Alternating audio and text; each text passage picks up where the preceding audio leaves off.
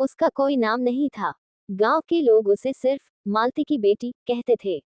जब वह 7 साल की थी, तभी उसकी माँ मर गई। तभी से उसके और उसके पिता के बीच दूरी बढ़ गई। रफीक, उसका पिता, नशे में डूबा हुआ, चिड़चिड़ा और खोया हुआ इंसान था। उसकी जिंदगी ताश, शराब और दूसरों के पैसों पर चलती थी। लड़की ने जीना अपने तरीके से सीख लिया था। सुबह मुर्गी संभालना, दोपहर में खाना पकाना, शाम को स्कूल जाना और रात को चुपचाप छत के नीचे सो जाना। उस छोटे से संसार में उसका एक सपना था। एक दिन मैं अपने नाम से जीऊंगी, किसी की परछाई बनकर नहीं। लेकिन वो सपना टूट गया। एक रात सांझ को पिता ने कहा, आज रात एक आदमी आएगा। अगर उसे तू पसंद आ गई, तो हमारी मुश्किलें खत्म हो जाएंगी। लड़की कुछ समझी नहीं, बस सिर झुका लिया। रात में वो आदमी आया। उम्र 40 के पार, आंखों में ठंडक, चेहरे पर झूठी सज्जनता और शरीर पर भारी इत्र। उसने ठंडी आवाज में कहा, ठीक है, मैं इसे ले जा रहा हूँ। पैसे गाड़ी में रख दिए हैं। रफीक ने बिना कुछ पूछे सिर हिला दिया और लड़की चुपचाप गाड़ी में बैठ गई। गाड़ी की खिड़की में उसका चेहरा धुंधला था, पर आंखों में था एक भयावह सच। अनकहा विरोध, खोई हुई पहचान और असहाय गुस्सा। शहर पहुंचकर वह एक अनजान कमरे में कैद कर दी गई।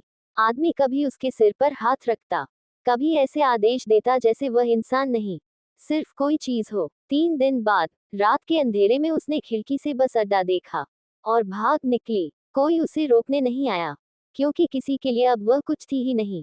जेब में सिर्फ 20 रुपए, पैरों में फटी चप्पल, लेकिन दिल में आग, भय से बड़ी, संघर्ष की आग। सुबह वह एक बाजार पहुंची। वहां एक बूढ़ी औरत ने पूछा, भूख लगी है बेटी, चलो मेरे साथ। उनका नाम था ज्योत्सना बेगम। वह अनाथ और बेसहारा बच्चों की मदद करती थी। लड़की को कुछ कहने की जरूरत नहीं थी। ज्योत्सना बेगम ने उसकी आंखों से सब पढ़ लिया। उन्होंने कहा, तेरा नाम अब से रूही है। रूही मतलब जो अंधेरों को पार करके रोशनी की तरफ बढ़े। यहीं से शुरू हुआ रूही का दूसरा जीवन। वह स्कूल में दाखिल हुई, अपनी किताबें खरीदी, कापियां भरी, सवाल पूछे, जवाब सीखे। अब कोई उसे नहीं कहता था, तू लड़की है, तेरी शादी होगी, तुझसे क्या होगा। रूही ने सीखा अपने पैरों पर खड़ा होना। और सबसे बड़ा सबक, खुद पर विश्वास ही असली ताकत है। साल बीतते गए। रूही अब एक शिक्षिका है।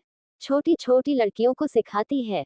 लड़कियां सिर्फ घर के लिए नहीं बनी, वे भी सपने देख सकती हैं और सपनों को पूरा कर सकती हैं।